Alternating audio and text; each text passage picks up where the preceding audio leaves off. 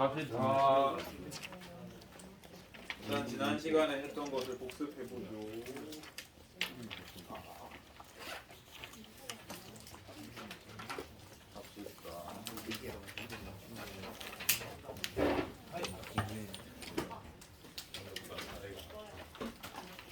우리가 신경계 체계에 대해서 잠깐 했었는데 가장 높은 체계가 중추신경계, 중추신경계 밑에 말초신경계가 있었고, 요거를 혹시 두 개로 나눌 수 있는데 체계가 기억나니?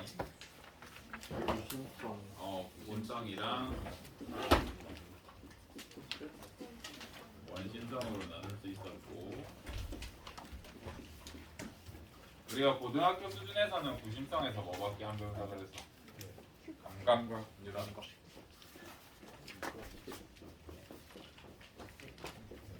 감각 뉴런 배운다. 원심성 뉴런은 지금 배웠나?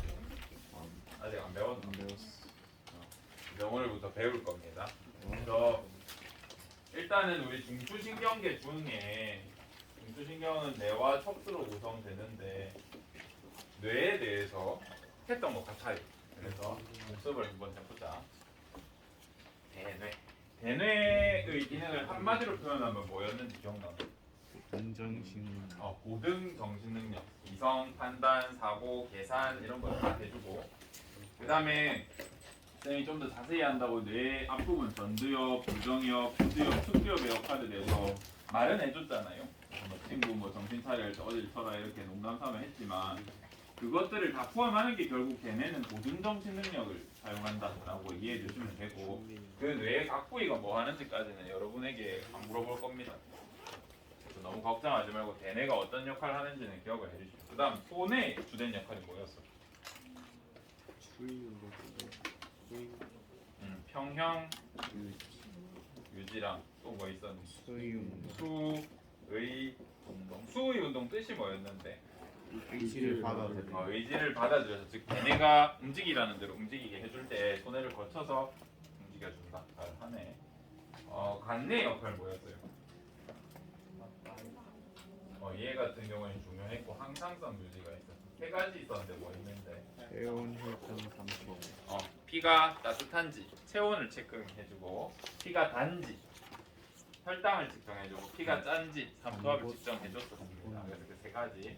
그래서 제가 어릴 때는 저게 간을 보는 데다 이렇게까지 생각을 했었다 할 만큼 피의 성분 같은 걸 분석하는데 간내가 많이 관여했었고, 중간내는 역할이 뭐였는지? 중간내, 우리 기절했을 때 눈에 빛을 비추어 보는 이유. 얘가 동공반사랑 홍채 조절 이런 거를 얘가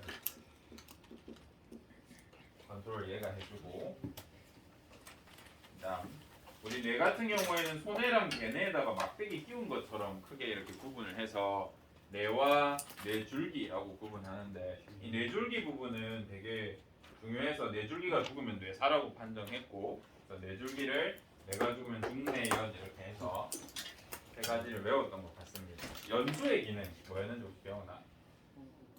호흡, 소화, 심장, 소화, 심장박동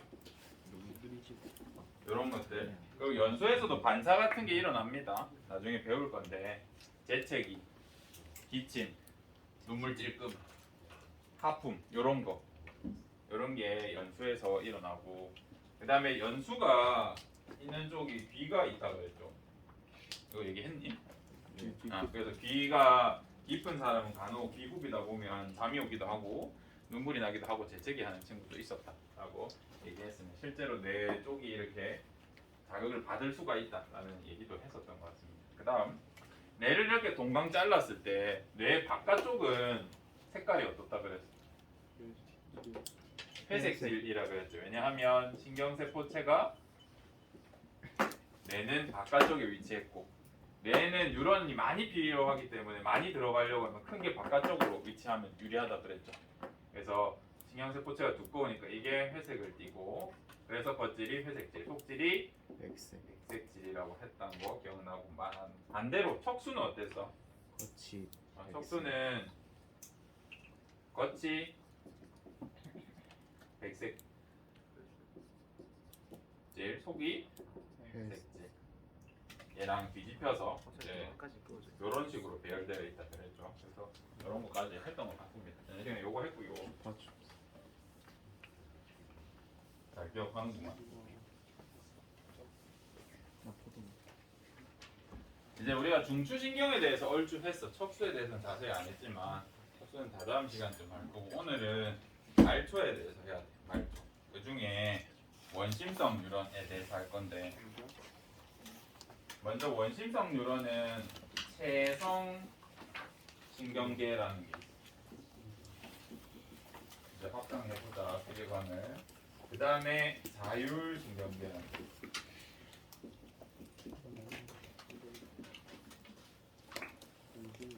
이거 적기 귀찮은 친구는 몇 페이지 보시면 되냐? 76이요. 지났었니만? 여기를 봐주시면 됩니다. 책에다가 저랑 비슷하게 적어주세요. 이 태성신경계는 골격근을 조절해. 골격근. 골격근에 체크해 주시고 골격근이 우리 근육이거든요. 얘 같은 경우에는 대뇌의 의지를 받아 안 받아? 안 봐. 우리 근육들 좀 움직이고 있지 않니 내 마음대로. 아파요. 대뇌 컨트롤을 받습니다. 그래서 체성신경계가 수위근을 조절한다 이렇게 생각해요. 의지를 받아들이는 근육들을 조절한다 이렇게 보시면 되고 우리 몸에서 우리가 움직여라 멈춰라 했을 때 컨트롤하기 어려운 근육들 뭐 있어?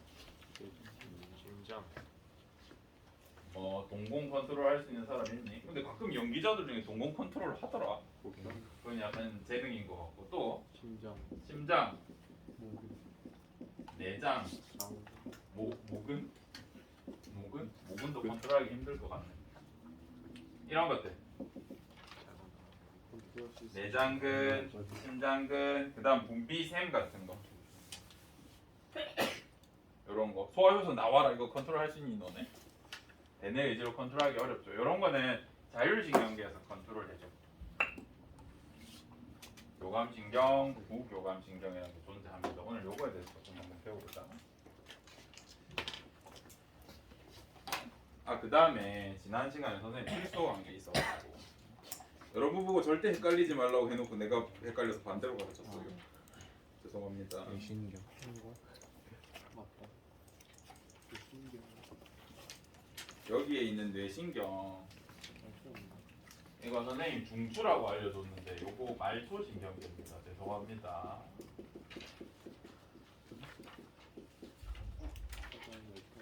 알려주고 이제 다음 수업 이제 준비한다고 교과서 한번 봤는데 뒤에 대놓고 말초신경계가 나와 있더라고. 뭐지? 하고 열심히 찾아봤는데 바보 멍청이같이 반대로 가르쳤습니다. 그래서 여러분 헷갈리지 마시고 제가 혹시 수업 중에 잘못 가르친 게 있으면 그 시험 전에 마지막으로 이제 잘못 가르친 것들 영상을 한번 만들게요.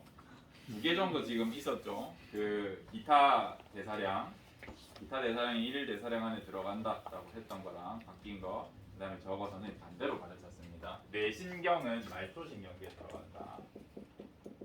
알아두시면 됩니다. 이거 꼭 수정해서 기억하세요. 네, 잘못 가르쳤습니다.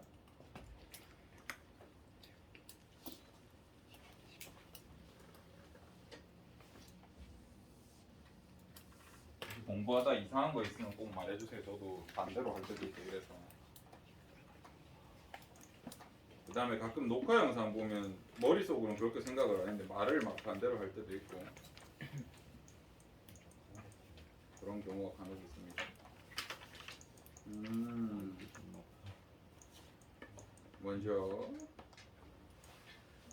요거를 배워야겠네. 왜 저절로 클릭이 될까? 이거 때문에. 여기를 한번 봐주실래요? 77쪽 77쪽 보시면 우리가 교감신경과 부교감신경에 대해서 배울 겁니다. 교감, 부교감.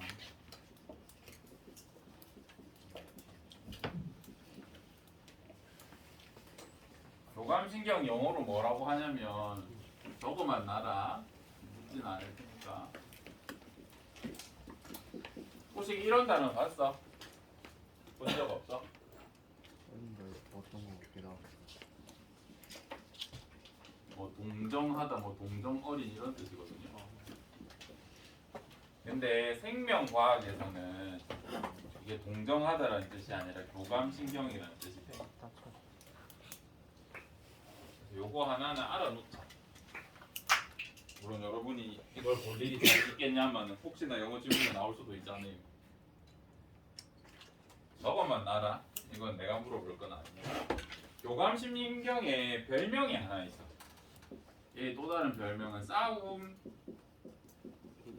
도망신경이. 우리가 긴장하고 싸우거나 흥분돼 있을 때는 주로 얘가 발달해. 얘가 작용을 합니다. 뇌에서 컨트롤을 해줘요.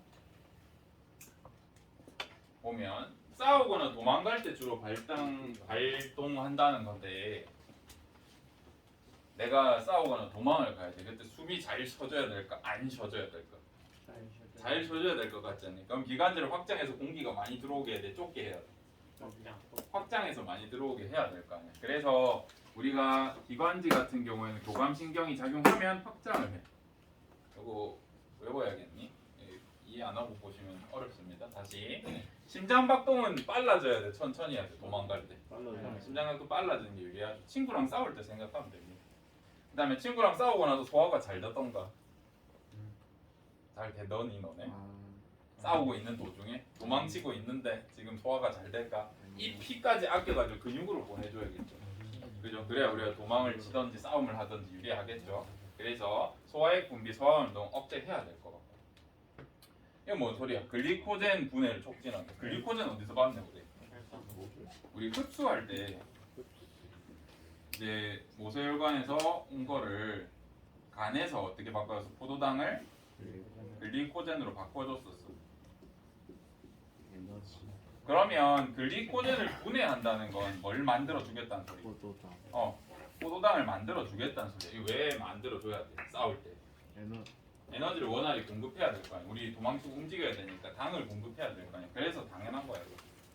쓸개즙 이것도 소화랑 관련 있으니까 당이 억제돼야 되고, 방광은 확장돼야 돼, 축소돼야 돼. 왜 확장이야?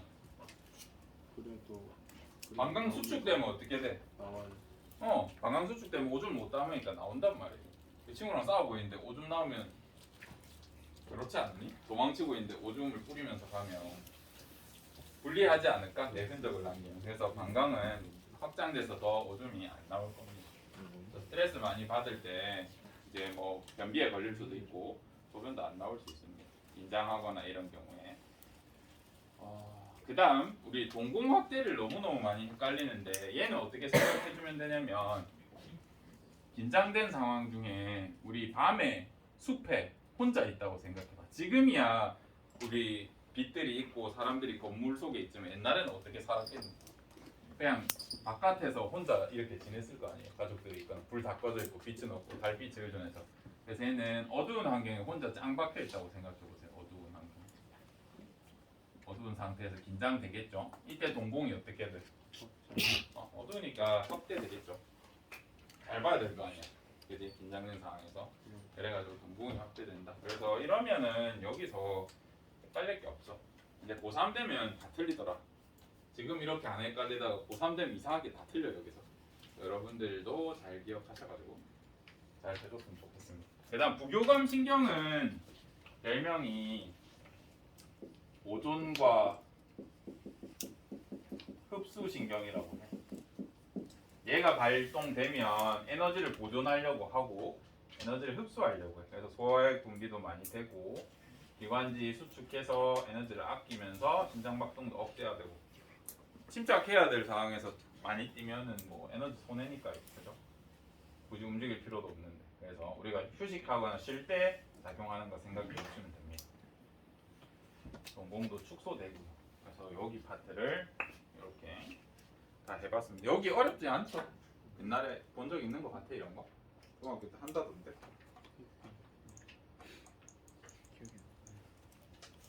그다음 여기를 보자.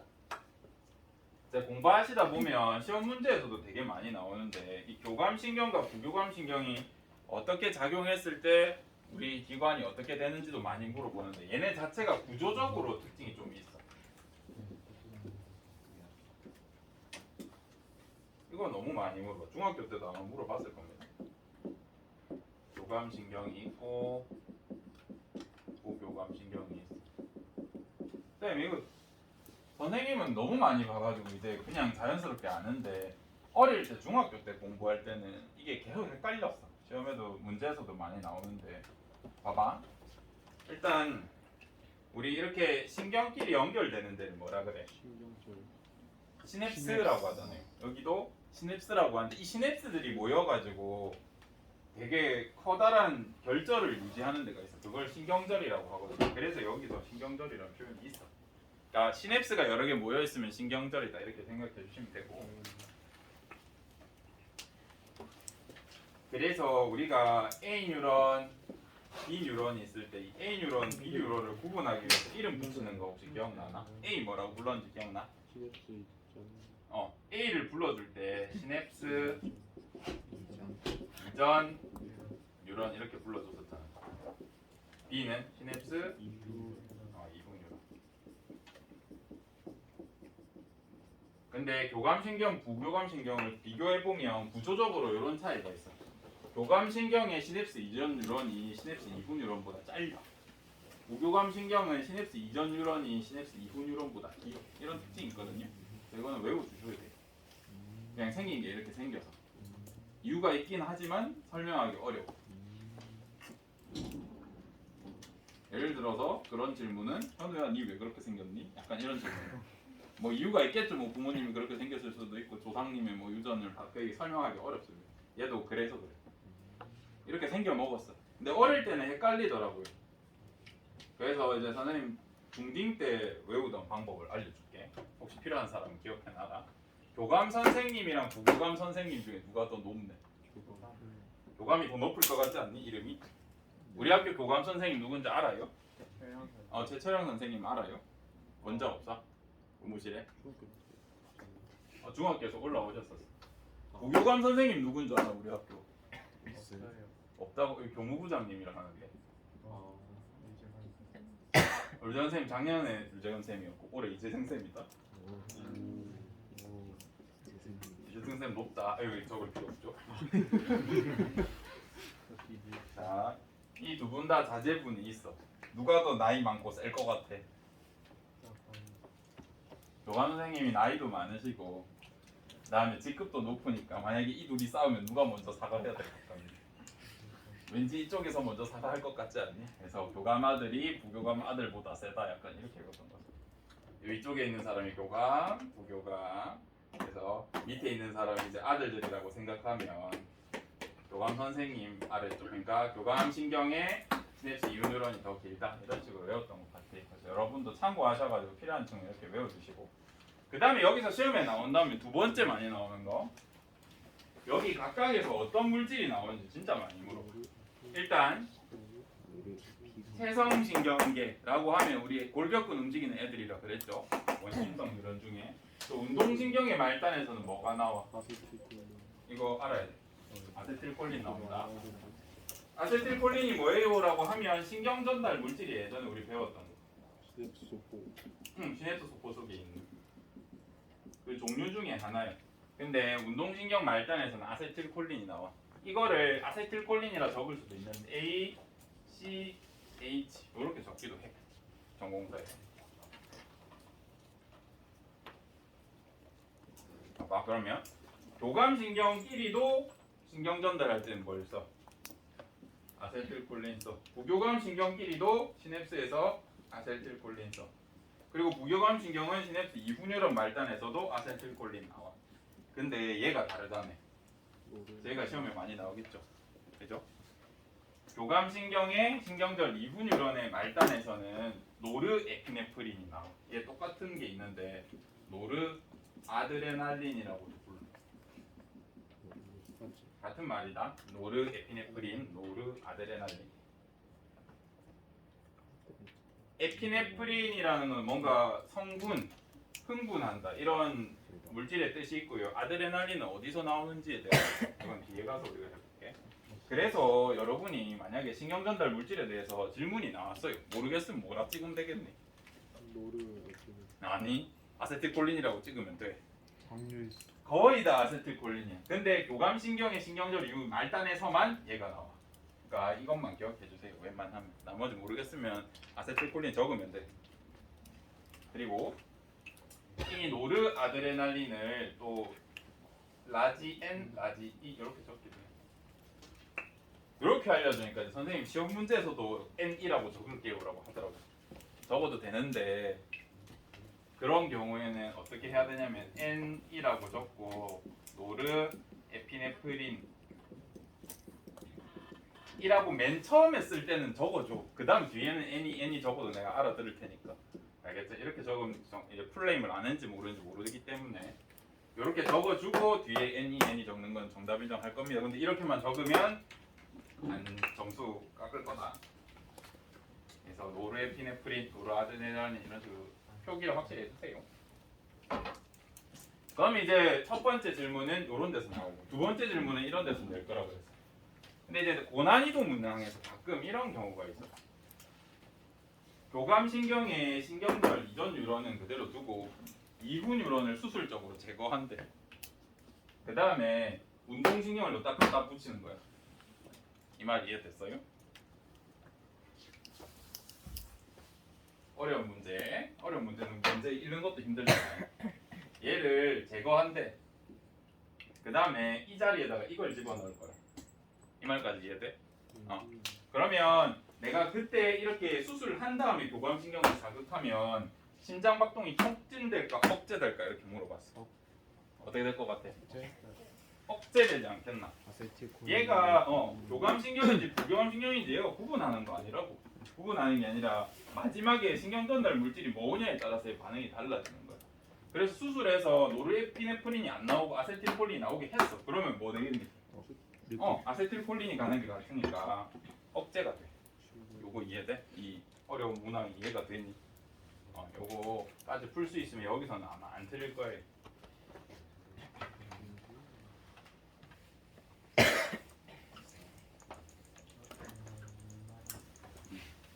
여기 자세히 보면 말초신경계에 뇌신경과 척수신경이 들어간다. 뇌에 직접 연결된 말초신경계에 뇌신경, 척수에 연결된 말초신경계, 척수신경 이렇게 합니다.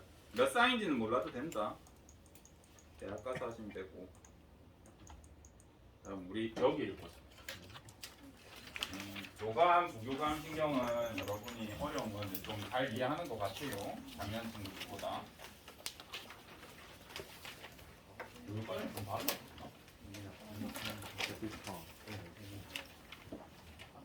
그래 내가 이거 수업하는데 벚꽃 갔다 와서 바로 수업해가지고 애들이 맛이 가가지고 원래도 맛이 가 있는데 어제 특히나 맛이 갔어.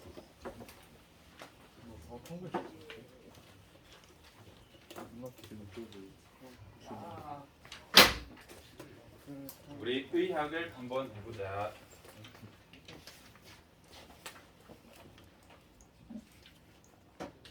우리 척추를 구분할 수 있는데요. 이제 의료계통, 의학계통 친구는 좀 잘 봐라. 관심 있는 친구들이라든지. 여기에서 여기까지 한 7개에서 9개 정도 되는 뼈가 있어. 사람마다 다르지만 여기 뼈를 척추는 척추인데 목 쪽에 있는 척추라 해서 목경자 써가지고 경추라고 해요. 시험에 안 나온다. 그냥 알려줄게. 그 다음에 허리 쪽에 있는 척추를 뭐라 그러게? 허리 요자 써서 요추라. 그 다음 여기 있는 애들 뭐라 그러게? 가슴 쪽에 있는 척추다. 그래서 한문으로 충추라 그래. 여러분이 공부를 많이 하시다 보면 점점 목이 튀어나오게도 되고 거북목도 되기도 하고 이제 잠을 잘못 잔다거나 하면 이제 여기가 많이 자극을 받아. 우리 척추 좀 이따가 여기 볼 건데 나 지금 봤어요. 이 척추뼈 뒤에 이렇게 척수들이 있어. 척수가 이렇게 있고 이 척수에다가 말초신경들이 이렇게 연결되어 있다. 이렇게 연결되어 있는데 여러분들이 뭐 허리를 특이하게 쓴다거나 과도하게 막 비뚤어지게 하고 이상하게 자고 잘 때 이렇게 자고 하면 여기가 굉장히 텐션이 강하게 들어간다고. 엎드려서 책상에서 자면. 그리고 수업 들을 때 이렇게 봐. 아니면 이렇게 해. 여기 그 자세 있잖아. 엉덩이 짚고 이거 알아듣는 거겠다. 그거 하다 보면 얘네가 자극을 엄청 받아. 척추는 뼈잖아요. 이 뼈와 뼈 사이에 아무것도 없으면 무슨 일이 일어나? 그걸 뼈가 이렇게 갈리겠지. 디스크. 그지? 그래서 여기 연골, 연한 디스크. 뼈 비슷한 게 있어가지고 디스크라고 하는 완충제 같은 게 있어. 근데 너네가 여기 계속 자극하고 하다 보면 이 디스크도 어떻게 될까? 터지면 큰일이고 너네 나이 때는 보통 이게 부풀어 올라 이렇게 자극을 많이 받아가지고 아니면 눌려가지고 우리 뼈 사진을 찍어보면 이렇게 평평해야 되는데 여러분들 자세 안 좋은 친구들은 디스크가 이렇게 삐져나와 있어. 또 삐져나올 때 일로 삐져나오면 그나마 괜찮다 보이고 여기로 삐져나오면 어떻게 되겠어? 척수랑 말초신경 계속 눌러요. 계속 눌러. 여기에서 뭐 컨트롤 하게? 다리, 내뇨, 생식기 여기서 컨트롤한다. 여기 척수가 튀어나와가지고 디스크가 튀어나와서 척수 계속 자극하면 어떻게 되겠어? 다리 저리고 못 쓰고 똥오줌 못 가리고 정력 떨어지고 남학생 애들은 여학생들은 불임 생기고 막 그럴 수 있단 말이에요. 그래서 항상 자세 똑바로 하시고 무리하시면 안 됩니다. 항상. 그래서 자기 몸이나 허리가 안 좋다 그러면 항상 목 같은 데도 똑같습니다. 여기는 뭐 컨트롤해? 주로 근육, 어깨, 눈, 코, 입, 혈관 쪽이 다 얘가 컨트롤하거든요. 그래서 여기가 안 좋으면 막 머리 자주 어지럽고 편두통 생기고 그런 경우가 있습니다. 그러면 이 척수 있잖아요. 척추 말고 뒤에 있는 척수를 잘라가지고 단면을 보면 속질이 회색질, 겉질이 백색질인 건 배웠잖아. 그리고 이 척수를 통해서 원심성 뉴런들, 그러니까 감각 뉴런, 운동 뉴런들이 돌아다니는데 우리가 사람이 이렇게 서 있다 치자. 이제 이렇게 서 있어요. 이쪽에 배 쪽이고 이쪽이 등 쪽이야. 우리는 운동신경 같은 거를 당연히 몸에서 이렇게 따로따로 보관해. 다발을 운동다발, 감각신경다발을 이렇게 따로따로 보관한다고. 섞어놓으면 헷갈리거나 간섭이 일어날 수 있어. 그러면 감각신경다발을 등 쪽에 놓는 게 유리할까? 배 쪽에 놓는 게 유리할까? 등 쪽. 왜 등 쪽이요? 다시 운동신경을 배 쪽에 놓는 게 유리할까? 등 쪽에 놓는 게 유리할까? 동료라는 쪽. 등 쪽?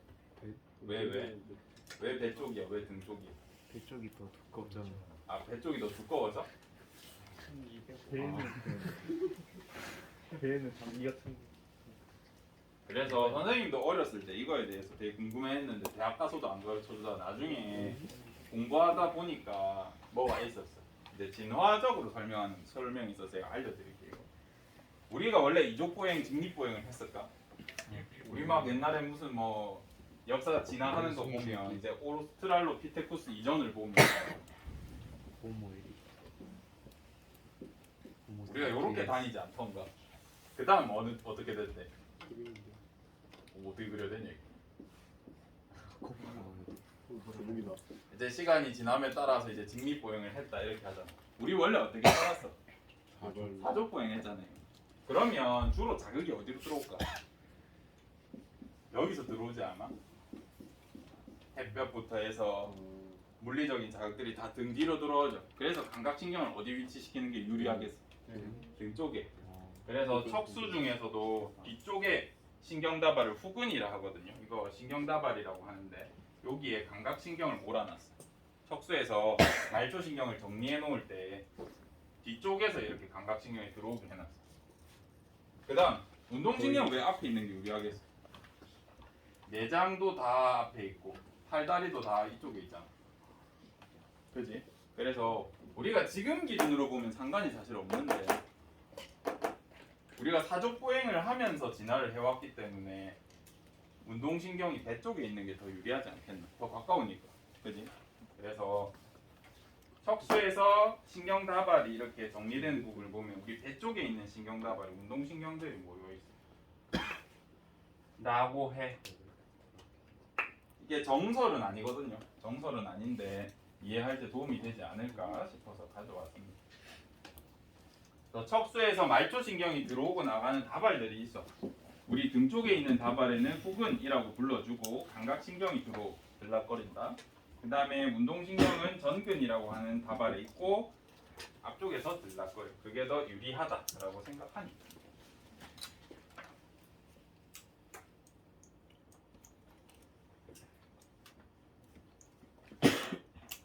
그래서 디스크가 처음에 초기에 터지면 어떤 문제가 생길까? 어디부터 자극받을 것 같아?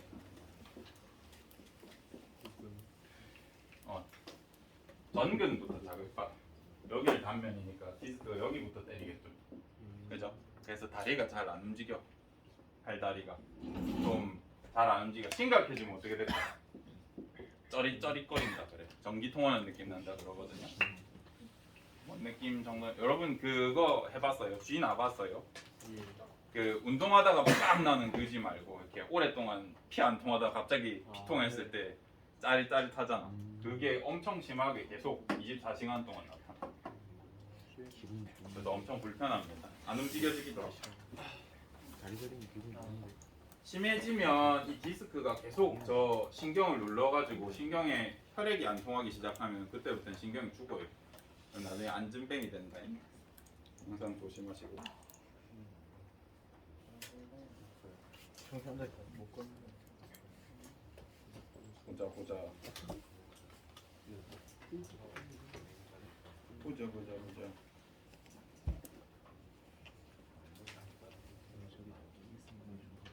어제보다 상태가 좋으니까 수업이 빨리 끝났네. 심한. 날씨가 나면 요거만 하고 와서 아니.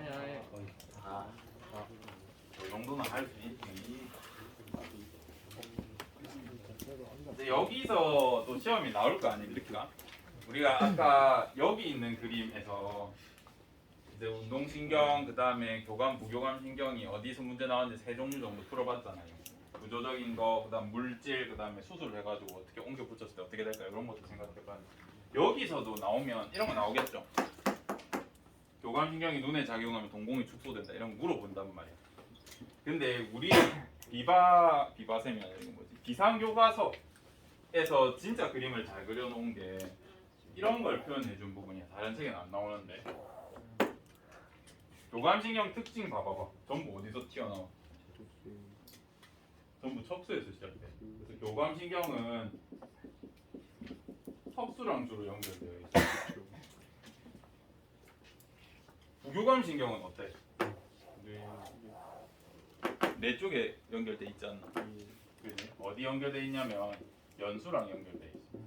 심장박동, 호흡, 배뇨, 소화, 액, 분비, 연수에서 컨트롤하잖아. 그래서 연수랑 연결돼 있어. 이거 진짜 많이 물어봐.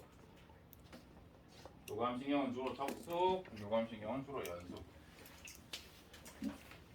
매우 아주 많이 물어보는데 이거를 이렇게 예쁘게 안 물어봐. 교감신경은 척수에서 시작된다 이렇게 표현하는 게 아니라 텍스트로 뭐라고 표현하냐면 잘 봐라. 교감신경의 한 번만 적어줄게. 신경절 또는 시냅스 이전 뉴런의 신경세포체가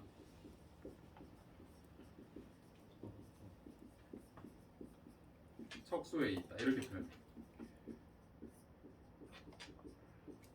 교감신경이 척수에서 출발한다, 시작된다, 연결되어 있다 이렇게 표현하면 될 거를 갖다가 이렇게 얘기한다고요. 그럼 여러분들이 어렵게 느낀다. 그래서 적어줄게. 교감신경의 신경절 이전 뉴런의 신경세포체는 척수에 있어. 그 말이 척수에서 이렇게 시작된다. 그런 뜻이. 좀 똑같겠죠. 부교감신경의 신경절 이전 뉴런의 신경세포체는 연수에 있어. 그런데 이제 시험 내기 좋게 부교감 신경들을 보면 연수가 아닌 데서 나오는 애들이 있다고. 이것도 시험에 진짜 잘 나오겠지. 동공 컨트롤 우리 어디에서 해줬었어? 눈에 빛을 비출 때 중뇌였잖아. 그래서 동공 축소만큼은 부교감 신경도 뇌에서 컨트롤해줘. 중간뇌. 이거 진짜 많이 물어보고요. 방광수축은 척수에서 해줘. 방광은 척수가 컨트롤해줘. 그래서 아까 선생님이 요추 얘기하면서 배뇨, 생식기, 그 다음에 또 뭐였냐? 다리 관련 계통은 척수 쪽에 있다라고 했잖아요. 그게 여기 연결돼 있습니다. 그래서 이게 우리나라의 민간요법인데 아주 신기한 게 외국에선 잘 안 한다 하더라고요. 여러분들 특히 남학생들이 축구 같은 거 하다가 중요 부위에 강력한 충격을 받았어. 그때 어디 두드려줘? 저 꼬리뼈. 여기 어디 통통통 두드려주잖아. 이게 도움이 될 수 있다 실제로. 여기서 컨트롤 다 하기 때문에 생식기라든지. 근데 이거 우리나라만 한다더라고. 신기하대. 본능적으로 아는 게 아닌가 보요. 그래서 실제로 도움이 될 수 있다. 수업은 여기까지 하고 수업은 끝났습니다. 오늘 아니에요. 이제 편하게 들으세요. 들으실 분은. 요거 통증 수치 궁금하지 않아? 출산 통증을 내기라고 하면 대신 출산은 좀 장시간 지속돼. 천천히 고통이 지속되고 이런 특징이 있거든요. 요거 통증 수치로 나타내면 얼마인 줄 아나? 순간적으로 만이다 만. 뼈가 한 번에 몇 천 개 부러지는 일이나. 1에서 2초 동안 만까지 올라가요. 했다가 8개 여기 있다. 그래서 이제 호신용으로 여기 많이 공격하잖아요. 실제로 효과 있습니다. 이건 참을 수 있는 통증이 아니야. 생존과 관련이 있고 척수로 바로 직통으로 들어가겠죠. 꽉 때리면 바로 직통으로 가. 그래서 몸이 수축하게 됩니다. 그래서 친구들한테 쫄 이렇게 하는 게 약간 무조건 반사에 가까워. 먹는 거 아니야? 끝. 손 달라 안 되잖아.